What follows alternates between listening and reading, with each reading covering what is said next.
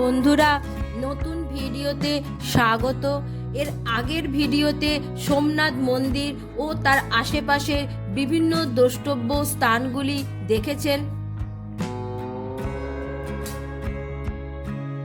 এই ভিডিওর link description বক্সে দেওয়া রইল।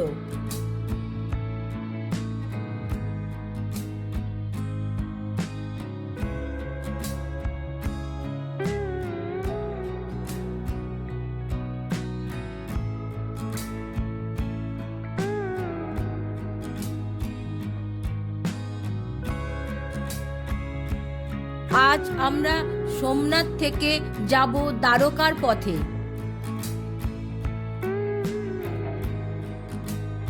সোমনাথ থেকে দ্বারকা যাবার জন্য ট্রেনও পাবেন এবং বাসও পাবেন। সোমনাথ থেকে দ্বারকার সরাসরি বাস না পেলে পোরবন্দর হয়েও যেতে পারেন।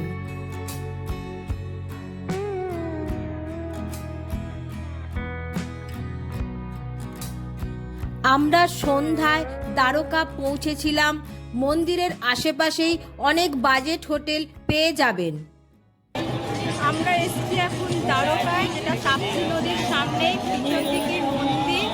দাঁড়িয়ে আছি, আমরা মোবাইল জমা দিয়ে তারপর মন্দির দর্শন করব। দেখুন, আর এখানে কৃষ্ণকে বলা হয় রণছড়ি। আজকে মন্দিরে প্রচুর ভিড় হয়েছে, যেহেতু ক্রিসমাসের ছুটি আছে, তাই প্রচুর এসছে যাত্রী দেখতে, মন্দির দর্শন করতে। প্রচুর ভিড়, আমরা মোবাইল জমা দিয়ে তারপর মন্দির দর্শন করব। ভারতের চার ধামের আর একটা ধাম হচ্ছে দ্বারকা, বদ্রীনাথ, রামেশ্বরম, পুরী, তারপরে এই দ্বারকা। আবার সপ্তপুরীর এক পুরীও বলা হয় এই দ্বারকাকে। আমরা সন্ধ্যায় দ্বারকার রণছড়িকে দর্শন করলাম, তবে মন্দিরের ভেতরে ক্যামেরার প্রবেশ নিষিদ্ধ। মথুরা থেকে আসার পর ভগবান শ্রীকৃষ্ণ যদু বংশকে রক্ষা করার জন্য এই দ্বারকা নগরী প্রতিষ্ঠা করেছিলেন। বিশ্বকর্মা এই দ্বারকা নগরীকে সোনা, পান্না ও রত্ন দিয়ে গড়ে তুলেছিলেন, তাই অনেকে একে সুবর্ণ দ্বারকা নামেও বলে থাকেন। কৃষ্ণের মহাপ্রয়াণের পর নগরটি সমুদ্রের নিচে তলিয়ে যায়।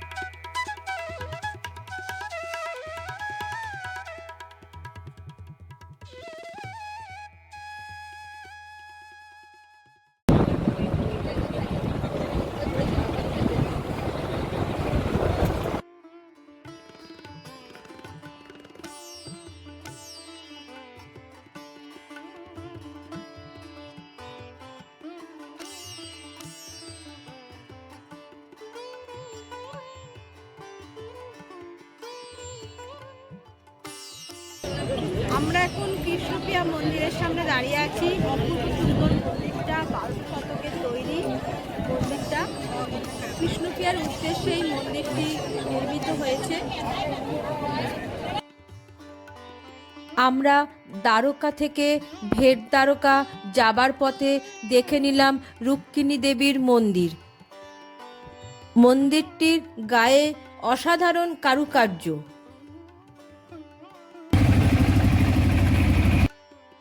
ভেট দ্বারকা যাবার পথেই পড়ল এই নবনির্মিত সুদর্শন সেতু।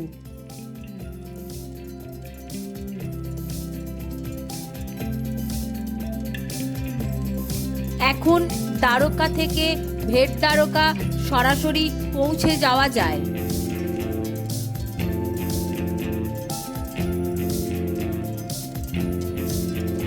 দ্বারকা থেকে ভেট দ্বারকা যাবার পথে এই সুদর্শন সেতুর ওপর একবার দাঁড়াবেন, চারিদিকের প্রাকৃতিক সৌন্দর্য দেখে মন ভরে যাবে।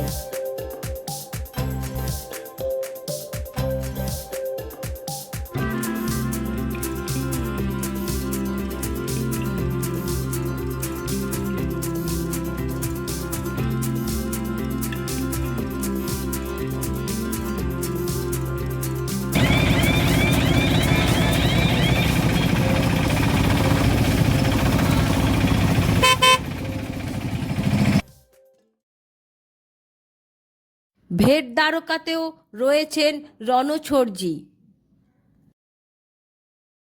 হাতে সময় ছিল না, তাই আমরা নাগেশ্বর যেতে পারলাম না। দ্বারকা থেকে এবার আমরা রওনা দেব গুজরাটের অন্য দিকে।